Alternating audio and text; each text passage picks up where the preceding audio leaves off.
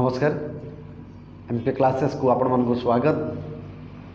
पूर्व वीडियो रे आमे परशुराम भेट प्रथम भाग उपर आलोचना करथिले। आज आमे आलोचना करबा सीधा सड़क भाग जीवा परशुराम भेटर द्वितीय पर्याय को। ए द्वितीय पर्याय रे आमे जो पंक्ति को आरंभ करिया को जाउछे से पंक्ति हेउची सूर्यंकर किरण होइला न्यून कि जानी दिनकर पूर्णमीर जन्म। एठारे सूर्यंकर किरण को न्यून हो जावा बोली कहा जायछि। सूर्य जी होचंते सकल शक्तिर आधार, जहांक पई पृथ्वी आलोकित होउची, ए जीव जगत आलोकित होउची, आलोक पाई परुची। तांकर जतबेले आज किरण तांकर किरण आज न्यून हो जायछि। न्यून अर्थ मलिन पड़ी जिबा। आज तांको किरण रे आउ से तेज नाही, से प्रखरता नाही। आज सूर्यंक किरण न्यून पड़ जाइछि। घन कुहुड़ी जितेबाला देखा देछि, चारिआडे अंधार माड़ी आसी, तेणु सूर्यंकर प्रखरता नाही। आज सूर्य केमिति देखा दउछंती कि जानी दिनकर पूर्णमीर जन्म। केबा जाने ए दिनकर दिनकर अर्थ होछि सूर्य। सूर्यंकर अन्य नाम सब अछि, दिनकर, दिवानाथ, भास्कर, भानु, एमती सब सूर्यंकर सब प्रतिशब्द अच्छी। यही सूर्यंकर अन्य एक नाम दिनकर बा दिवानाथ मध्य कह जाए। दिन में जी किरण आमको दी था, ये किरण आमको प्रदान कर दिनकर बोली कह जाउछि ना। तले ये दिनकर आज देखा जाउछन्ति केमिति ना पूर्णमीर जन्म।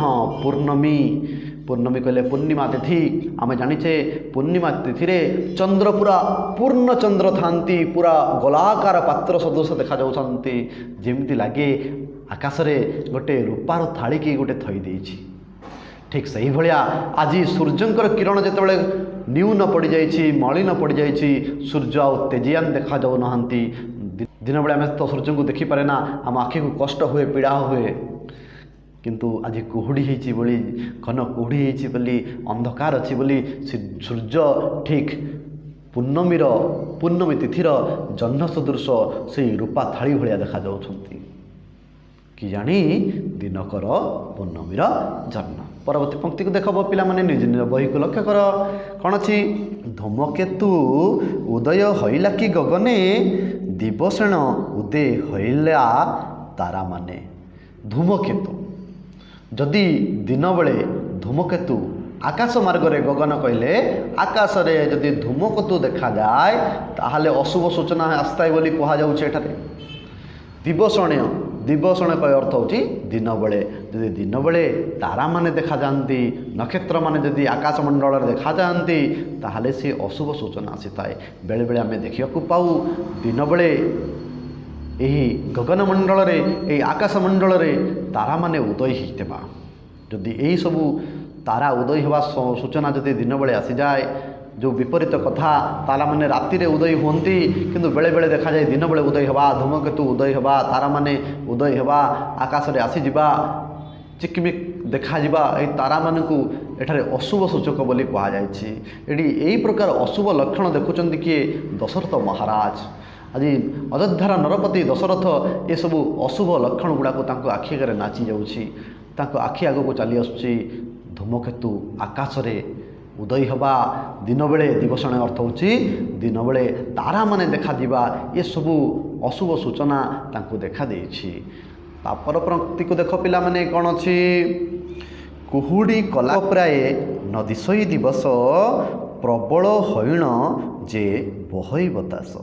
कुहुड़ी कला प्राय, कुहुड़ी कला प्राय, प्राय अर्थ परी, प्राय अर्थ होची परी।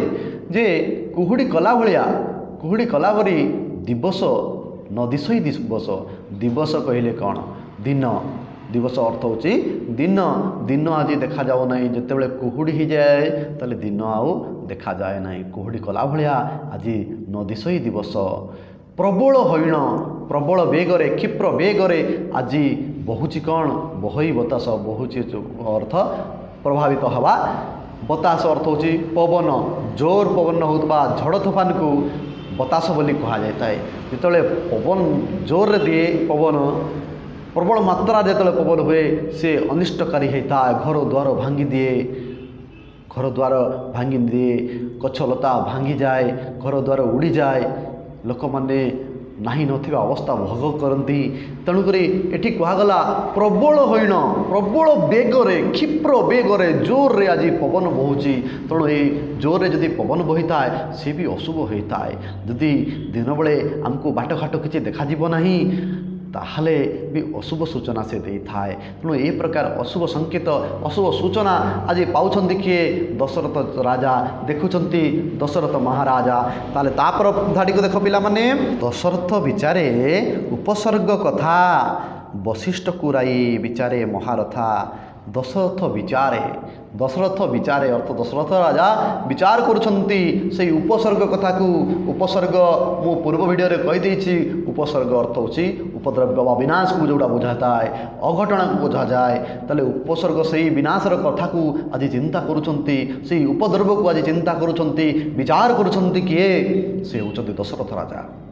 ଉପସର୍ଗ କଥା ସେ ମନେ ପଡ଼ିଯାଉଛି ତାଙ୍କର, ସେଇ ଉପସର୍ଗ କଥାକୁ ତାଙ୍କର ଆଜି ମନ ଭିତରେ ଘାଣ୍ଟି ହେଲାଣି। ଏବଂ ତେଣୁକରି ଏତେ ଗୁଡ଼ା ଯେତେବେଳେ ସେ ଦେଖିଦେଲେଣି, ଗୋଟିଏ ନାହିଁ, ଦୁଇଟା ନାହିଁ, ଅନେକରୁ ଅନେକ ସେ ଦେଖିଲେଣି ଅଶୁଭ ଲକ୍ଷଣ। ତେଣୁକରି ଆଜି ଯେତେବେଳେ ଆମକୁ କିଛି ଗୋଟେ ବିପଦ ଆସିଯାଏ ଆମେ କାହା ପାଖକୁ ଯାଉ? ନିଶ୍ଚିତ ଭାବରେ ଆମେ ଆମର କୁଳଗୁରୁଙ୍କ ନିକଟକୁ ଯାଇଥାଉ, ପଣ୍ଡିତମାନଙ୍କ ପାଖକୁ ଯାଇଥାଉ, ଜ୍ୟୋତିର୍ବିଦମାନଙ୍କ ପାଖକୁ ଆମେ ଶରଣାପନ୍ନ ହୋଇଥାଉ। ଜ୍ୟୋତିଷ ଶାସ୍ତ୍ରବିଦ ଯେଉଁମାନେ ଥାନ୍ତି, ଜ୍ଞାନୀ ଲୋକମାନେ ଯେଉଁମାନେ ଥାନ୍ତି ତାଙ୍କ ପାଖକୁ ଆମେ ଯାଇଥାଉ ଏବଂ ତାଙ୍କର ପରାମର୍ଶ ମାଗିଥାଉ। ତେଣୁକରି ଦଶରଥ ରାଜା ବି ସ୍ୱାଭାବିକ ଭାବରେ ଆଜି ବଶିଷ୍ଠ କହିଲେ କି ତାଙ୍କର ଯିଏ କୁଳଗୁରୁ, ତାଙ୍କ କୁଳଗୁରୁ ହେଉଛନ୍ତି ବଶିଷ୍ଠକୁ ରାଇ। ରାଇ ଅର୍ଥ ହେଉଛି ଡାକିବା। ପିଲାମାନେ ମନେ ରଖ, ରାଇ ଅର୍ଥ ହେଉଛି ଡାକିବା। ବଶିଷ୍ଠକୁ ଡାକି କହୁଛନ୍ତି ହେ ବଶିଷ୍ଠ ମହାମୁନି। ବଶିଷ୍ଠକୁ ଡାକି ସେ ମହାରଥାଟି କହିଲେ ଦଶରଥକୁ କୁହାଯାଉଛି, ଦଶରଥ ରାଜାଙ୍କୁ କୁହାଯାଉଛି। ଏ ଦଶରଥ ରାଜା ଆଜି କହୁଛନ୍ତି ବଶିଷ୍ଠଙ୍କୁ ଡାକି କହୁଛନ୍ତି ଏ ଆ ଉପରେ ବିଚାର କରନ୍ତୁ। ଏଇ ଯେଉଁ ଅଶୁଭ ସଂକେତ ସବୁ ଦେଖାଯାଇଛି ନା, ଏଇ ଯେଉଁ ଅଶୁଭ ସୂଚନା ସବୁ ଆସୁଛି ନା, ଏଇ ଅଶୁଭ ସୂଚନା ମୋତେ କାହିଁକି ଆସୁଛି, କ'ଣ ପାଇଁ ଆସୁଛି, ତା ଉପରେ ଆପଣ ଟିକେ ବିଚାର କରନ୍ତୁ। ତାହେଲେ ବର୍ତ୍ତମାନ ଦେଖିବା ପିଲାମାନେ, ଏ ଶକୁନ୍ୟମାନ ଯେ ବିପରୀତ ଦିଶଇ ମୋହର ମନକୁ ଏ ଶୁଭ ନ ଆସଇ। ସେ କହିଲେ ଏ ଶକୁନ୍ୟମାନ, ଏ ଶକୁନ୍ୟମାନ ଅର୍ଥ ହେଉଛି ସଂକେତ ଗୁଡ଼ିକ। ଶକୁନ୍ୟ ଅର୍ଥ ହେଉଛି ସଂକେତ। ଏ ସଂକେତ ଗୁଡ଼ିକ, ଏ ସଂକେତ ଗୁଡ଼ିକ ସେ କହୁଛନ୍ତି ଏଇ ଯେଉଁ ସଂକେତ, ଏ ସୂଚନା ସବୁ ଆସୁଛି, କେଉଁ ସୂଚନା? ଏଇ ଅଶୁଭ ଲକ୍ଷଣ। ଏ ଶକୁନ୍ୟମାନ ବିପରୀତ ଦିଶଇ ବୋଲି ସେ କହୁଛନ୍ତି। ଶକୁନ୍ୟମାନ ମୋତେ କେମିତି ଦେଖାଯାଉଛି ନା ବିପରୀତ ଦେଖାଯାଉଛି। ଯେମିତି ଶୁଭର ବିପରୀତ ଅଶୁଭ ହୋଇଥାଏ, ଘଟଣାର ବିପରୀତ ଦୁର୍ଘଟଣା ହୋଇଥାଏ। ତେଣୁକରି ତାଙ୍କ ମନ ଆଜି ଘାଣ୍ଟି ହେଉଛି। ସେ ଭାବିଛନ୍ତି କାଳେ କିଛି ବିପଦ ହୋଇଯିବ କି, କାଳେ କିଛି ବିନାଶର ବାର୍ତ୍ତା ଆସିବ କି। ଯେତେବେଳେ ବି କିଛି ଅଶୁଭ ସଂକେତ ଆମେ ଦେଖୁ ସେତେବେଳେ ଆମ ମନରେ ସେଇଭଳିଆ ହିଁ ବିଚାର ଆସେ, ତେଣୁ କିଛି ହେଇଯିବ କି, କ'ଣ ହେବ କି। ତେଣୁକରି ଦଶରଥ ଆଜି ଚିନ୍ତା କରୁଛନ୍ତି ଏ ଶକୁନ୍ୟମାନଙ୍କୁ ଦେଖି, ଏ ସଂକେତ ଗୁଡ଼ିକୁ ସେ ଦେଖି ଆଜି ଭାବୁଛନ୍ତି କ'ଣ କିଛି ବିପରୀତ ହେବ କି। ସେ କହୁଛନ୍ତି ମୋହର ମନକୁ, ମୋହର କଥା ତାଙ୍କର, ମୋହର କହିଲେ କାହାର ଏଠି ବୁଝିବା ଆମେ? ଦଶରଥ ରାଜାଙ୍କର। ମୋହର ମନକୁ ଏ ଶୁଭ ନ ଦିଶଇ, ଏ ଶୁଭ ଦେଖାଯାଉ ନାହିଁ, ମୋ ମନକୁ ଇଏ ଶୁଭ ଦେଖାଯାଉ ନାହିଁ। ନିଶ୍ଚିତ ଭାବରେ କିଛି ନା କିଛି ପୀଡ଼ା ଆସିବ, କିଛି ନା କିଛି ଅଘଟଣ ଘଟିବ, ଏ କଥା ସେ ବିଚାର କରୁଛନ୍ତି। एकथा से मन से चिंता करुँच घाटी हूँ मन चिंताग्रस्तर हो गले सी चिंतित पड़गले कला पड़गला चिंतार मुहटी दशरथ राजा आज चिंता करुँच ये संकेत गुड़ी को देखिले विभिन्न संकेत आम पूर्वर आम आलोचना कर सारे पूर्वर बहुत गुड़ा संकेत से देखी देखी गले पर्वत उपरे वज्रपात होगा मनीष उपरे काहू बसवा गिद्ध पक्षी जदि बारंबार उड़ी बुले से भी अशुभ होता है श्रृगाल राब देवा अशुभ लक्षण होता है बाम आखि डेइबा अशुभ लक्षण होता है दिन बेले कुहुड़ी होगा धूमकेतु देखा ए सब अशुभ होता है तेणु नानादि अशुभ संकेत जो आज देखी किए देखी दशरथ राजा ताक मन घाटी होगा तो स्वाभाविक कथा तेणु ताक मन आज घाटी होती चिंताग्रस्त हो जाती तेणुक से वशिष्ठ मुनि को डाकी हे वशिष्ठ मुनि या उपरे आपन किसी विचार दिंतु कि मुझे आपन को परामर्श करुच्ची मत यारू कि मुक्ति दिंतु ये संकेत गुड़िकरू ये अशुभ सूचना मुझे पार पाइबी जमी मोर मो परिवार मो राज्यर कहार किसी जमी क्षति घटू ना एठारे दशरथ राजा रामों प्रति चिंताग्रस्त कर राम तांकर पुत्र रामचंद्र काले कौन विपद रे पड़ी जिवे कि काले कौन असुविधा तांकर हेबो कि तेणुकर दशरथ राजा ये चिंता करिसंती। परवर्ती धाड़ी को देख पिला माने परवर्ती धाड़ी कौन अछि अवश्य विपरीत होइबाक आज प्रमाद होइब ए मोहर एडे शुभ कार्य। से कहउछंती अवश्य विपरीत होइब आज आज निश्चित भाव रे किछि ना किछि विपरीत हबो अर्थात किछि अघटना घटिबो प्रमाद होइब। प्रमाद अर्थ होछि नष्ट होइजिबा नष्ट होइजिबो आज ए मोहर एडे बड़ शुभ कार्य। से कहते एत बड़ जो शुभ कार्य आम जाचे बाहागर गोटे शुभ कार्य होता है तेणुक दुआर कांथ आम कौन लिखी तो शुभ विवाह लिखे ना बाहागर निश्चित भाव गोटे शुभ सूचना तेणु शुभर वार्ता कहते एत बड़ मोर आज शुभ कार्य होची मोर चारि चारिटी पुत्र राम भरत लक्ष्मण शत्रुघ्नकर आज बाहागर ये विवाह उत्सव होती अयोध्या नगरी आज पूरा साजसज्जा हो जाइए समस्त घरे आज उत्सव मना जाउछि पूरा उत्सव मुखर आज अयोध्या नगरी। तेणु एत बड़ आज शुभ कार्य होची एत भल कार्यटी आज होची एत सुंदर कार्यटी आज होची ए मोर कार्य काले तार कौन सी अनिष्ट हो कि विघ्न हो कि प्रमाद अर्थ आम विघ्न बुझीपर प्रमाद अर्थ विघ्न को पिला माने बुझी था कौन किसी विघ्न आसीज कि यही जो मोर शुभ कार्य होची बाहागर जो होती बरजात्री को धरी जाऊँच कि अघटन घटो कि चिंता कर किए से चिंता कर दशरथ राजा चिंता कर बाप मन तो घाटी होगा स्वाभाविक कथा बापा माँ माने पुत्र पाई सबुबले चिंता करते आम बापा माँ कौन आम चिंता करते नहीं सब चिंता करते आम कौन खाइलु कौन नहीं कौन पिंधिचु कौन नहीं सबू कथा चिंता करती जदि आमर कौन कारणवशत आम रोगाक्रांत हो जाऊ बापा माँ मैंने केते चिंता करती पिला माने तुम चिंता करना तुम बापा माँ कथा तुम तुम थरे भाव निश्चित भाव से माने तुमको बहुत स्नेह दियंती वात्सल्य दियंती। ताले ता परवर्ती धाड़ी को बर्तमान पिला माने देखा कौन अच्छी मुनिए बोइले हो आन नाही किछि एक कथा एक भ्रांत तर अछि। मुनिए बोइले मुनि कहउचंती मुनि कहले क्या बुझा वशिष्ठ मुनि को वशिष्ठ मुनि कहउचंती मुनिए बोइले वशिष्ठ मुनि आज कहउचंती कौन कहउचंती आन नाई किछि अन्य कथा किछि नाई तुम चिंता कर जितेबले आमे कहार परामर्श नौ ज्ञानी गुणी सज्जन मान जो परामर्श नौ गुरुजन मान जो परामर्श नौ गुरुजन मैंने आमको सांत्वनामूलक वाक्य टिक कहती सांत्वनामूलक गोटे कथा टिक कहती कौन कहती अरे किसी चिंता करवा नहीं। तेणु वशिष्ठ मुनि आज से कथा ही कहते अरे जम्मा चिंता कर ना आन ना कि आन नाही किछि अन्यता किछि नाही किछि भिन्न हब नाही किछि अलगा किछि हब नाही कौनसी विपरीत घटना किछि हबा नाही। मुनिए बोइले आन नाही किछि अन्य कथा तुम्हें हे दशरथ तुम्हें अन्य कथा किछि भाव नाही तुम्हें अन्य कथा किछि चिंता कर नाही जमारू किछि हेब नाही। तेणु कौनसी चिंता नाही किए कहते आज वशिष्ठ मुनि कहते क्या कहते दशरथ राजा को कहते कौन कहते कौन सी चिंता करिवार कारण नाही अन्यथा किछि हब नाही भिन्न किछि हब नाही। मुनिए बोइले आन नाही किछि एक कथा कहे यही कथाटी तोर एक कथा माने यही कथा गुड़िक तोर भ्रांत तोर अच्छी भ्रांत अर्थ भूल धारणा ये दशरथ तुम ये कथाटी को भूल धारणा अच्छी तुम आन ना कि तुम चिंता करवा ना जमारू चिंता कर ना ये कथाटे तुम भूल धारणा अच्छी जे अशुभ संकेत देखिले अशुभ हम से सब भूल धारणा अच्छी निहाती किसी अशुभ आसीपे किंतु एठारे किसी अशुभ सेमती हेबार नाही बोली कहउचंती किए कहउचंती वशिष्ठ मुनि कहउचंती। ताले तपा परवर्ती धाड़ी को पिला माने जिबा भाबुची तुम मने भल भाव बुझ ता परवर्ती धाड़ी को देख कौन अच्छी ता परवर्ती धाड़ी क्षत्रियंक ओइरी जे अटई परशुराम सिद्ध बने जेहु करई अछई आश्रम। ताले कहले मुनि एठी कहउचंती वशिष्ठ मुनि कहउचंती आउ किछि अन्यथा किछि कारण नाही चिंता करबार नाही कहले क्षत्रियंकर ओइरी ओइरी कहले शत्रु जे क्षत्रियंकर ओइरी थिले के परशुराम आमे परशुराम को विषय जानिबा परशुराम जे कि जमदग्निंकर पुत्र माता थिले तांकर रेणुका जे कि आमे जानिथिबा पुराण पृष्ठा जदि आमे पढ़ू आलोचना करूँ ताले आमे जानि परिथाउ तांको माँ देहरे जो सहस्र बाहु जो 21टी माड़ चिन्ह देइथिले जो दाग थिला माड़र दाग थिला सेही तार पई से प्रतिज्ञाबद्ध थिले ए पृथ्वी मंडलरू 21 थर क्षत्रिय वंश को से निपात करिवे। तेणुक से क्षत्रिय वंश को 21 थर 21 टाइम 21 थर पृथ्वी ए क्षत्रिय वंश को से निपात करते।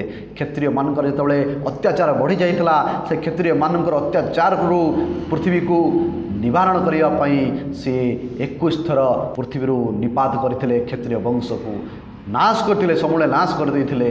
तेणुक से क्षत्रियंकर ऐरी कहले शत्रु जे कि परशुराम कौटी अछंती सिद्ध वन रे आश्रम तले अछंती।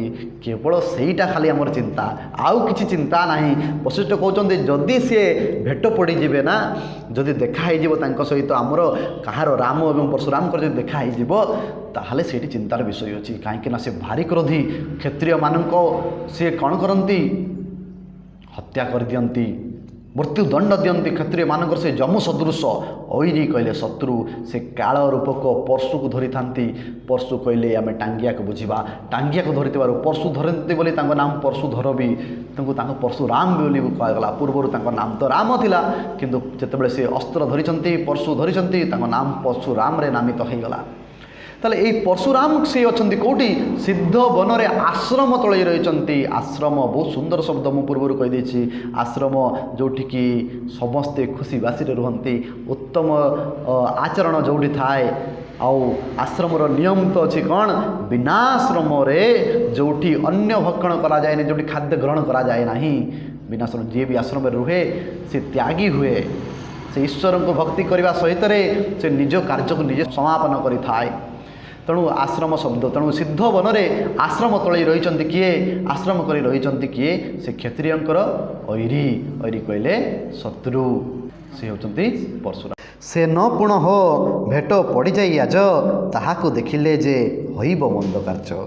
से कहते से न पुण से पुणी थरे आउ थरे से जेमिति भेट पड़ न जाए से एठे क्या बुझा से एठारे आमे परशुराम को बुझा। ये जो परशुराम आज जमी देखा पड़ जाती ना से आज जमी बाटरे आमको देखा दिखती ना मार्ग में आम जो जाऊे मार्ग से जमी देखा हो जाऊ सहित साक्षात आमर जमी हो जाऊ ना सी देखा हेले विपद अच्छी कहीं से क्षत्रिय मान को क्षमा देना क्षत्रिय वंश को से निपात कर दशरथ को से दयापूर्वक छाड़ी देते। दशरथ महाराजा को दशरथ राजा जड़े उत्तम राजा थिले भल राजा थिले तेणुक परशुराम छाड़ी देते सीना किंतु से क्षत्रिय मानू ऐरी सी तेणु से छाड़ा सहज नुहे। वर्तमान तो आहरी घटना कौन घटी शिवंकर धनु परशुरामकर गुरु शिवंकर धनु पिनाक को भांगी देइछंती रामचंद्र। तेणु क्रोध परशुराम उपर रहीबाटा स्वाभाविक परशुराम क्रोध करवा रागिबाटी स्वाभाविक। तेणु परशुराम कौन सहजरे छाड़ीदेवे छाड़े ना। तेणुक ये वशिष्ठ कहते सी आज देखा जमी न हुए तार जमी आज भेट पड़ जाए ना ताहाकू देखिले जे होइब मंद कार्य अर्थ अशुभ लक्षण बा मंद कले तुम जाने मंद कले खराब कार्य अर्थात किसी अशुभ हो कि अघटना हो मंद कार्य अघटना को बुझा अशुभ सूचना को बुझा किसी अशुभ हम जमी सी आज देखा पड़तु ना सहित जमी देखा हो ना क्या सहित ना परशुराम सहित कहार देखा होने राम कहीं राम सद्य भाव धनुटी को भांगी आसी सद्य भाव राम धनुटी भांगी आसी तेणुक राम एवं परशुराम जमी भेट जाऊना कहीं परशुराम भारी क्रोधी भारी रागी जे कि 21 तल पृथ्वी क्षत्रिय वंश को निपात करिसंती क्षत्रिय वंश को समूले नाश करचंती। सहस्र बाहु नामक राजा को भी से छाड़ी नांती पितांकर आश्रम रे थिबा गाई को जतेबेले छड़े नेबा चेष्टा करितला सहस्र बाहु जमदग्नि बारण करिथिबारु तांको माड़ देइथिला माता रेणुका भी को सहस्र बाहु माड़ देइथिला। से माँ जो देहरे माड़ चिन्ह देखी परशुराम से शपथ करिसंती ए पृथ्वी दुराचारी अत्याचारी क्षत्रिय मानक मु रखईदेवी ना जो मैंने दुराचारी हेबे जो मैंने अत्याचारी हेबे जो मानक मु सबू मृत्युदंड देवी।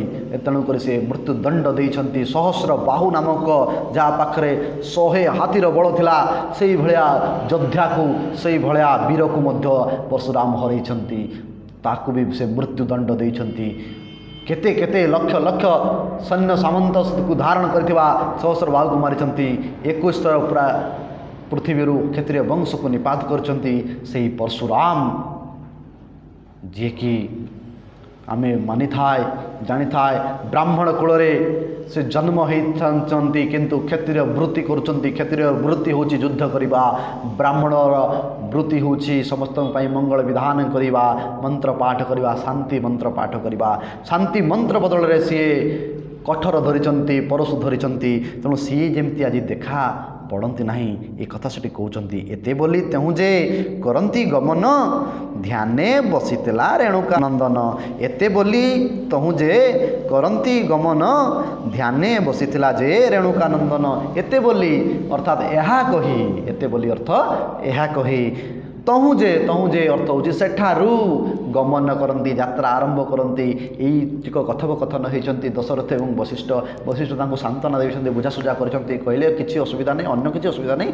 केवल गोटे ही असुविधा अच्छी जे परशुराम सहित जो देखाई ताले टी विपद अच्छी आउ ना कि भी विपद ना ये कथा वशिष्ठ कहले दशरथ सहित यही कथा सरला ये कथा समापन होगापर से पुणी थे यात्रा आरंभ कर समय जो ध्यान से बसते से किए ध्याने माने ध्यान रे बसीला अर्थ होती क्या कहुई परशुराम को जे रेणुका नंदन परशुराम माँ का नाम थिला रेणुका थिला मातृभक्त थिले परशुराम माँ को भारी भल पाऊले किंतु परशुराम को विषय में आउ गोटे कथा अच्छी तांकर आदेश पालन करने को जाई मार मुंड को भी से काटी देते किसी पिता जमदग्नि किसी संदेह दृष्टि देखी बोले रेणुका नंदन रेणुका किसी संदेह दृष्टि देखी रेणुका को तेणुक से पुत्र मानू आदेश देते सब पुत्र जो मना करदे माँ को हत्या करेंगे नहीं शेष में परशुराम निजर कठोर को बाहर कर माँ को मुंड को काटी देते परवर्ती समय पिता जो खुशी हो जाती जहाँ मो पुओ मो कथा रखी मो आज्ञा पालन करी कौन मागुछु माग बोली बर मागिंट बर रे कहते मो माँ को आप जीवित कर दिंतु मुनि ऋषि ज्ञानी पंडित माने आउ थे जीवन दे पारती तेणुक जीवन को संचार कर रेणुका देहरे ताले ये आम जो बुझीपर परशुराम जड़े पितृभक्त थे और मातृभक्त थे माँ बापार सेवा करुले तेणुक पाने तो मानक मोर अनुरोध निज माँ बापा सेवा कर जत्न कर कहीं माँ बापा होती आमर प्रथम देवता सदृश ताले ये पर्यंत आमर थाउ पिला माने नेक्स्ट आउ एक भिडियो रे आमे ता परवर्ती जहाँ बाकी अच्छी तापर आम आलोचना करवा भिडियो को देखु थाओ आमको भल पाइबा दऊ थाओ सुंदर सुंदर ये भाया कमेंट सब करू थाओ आउ जहाँ जानिबार अच्छी किछि कहिबार अच्छी निश्चित भाव में कमेंट तुम मैंने कहीपर। धन्यवाद।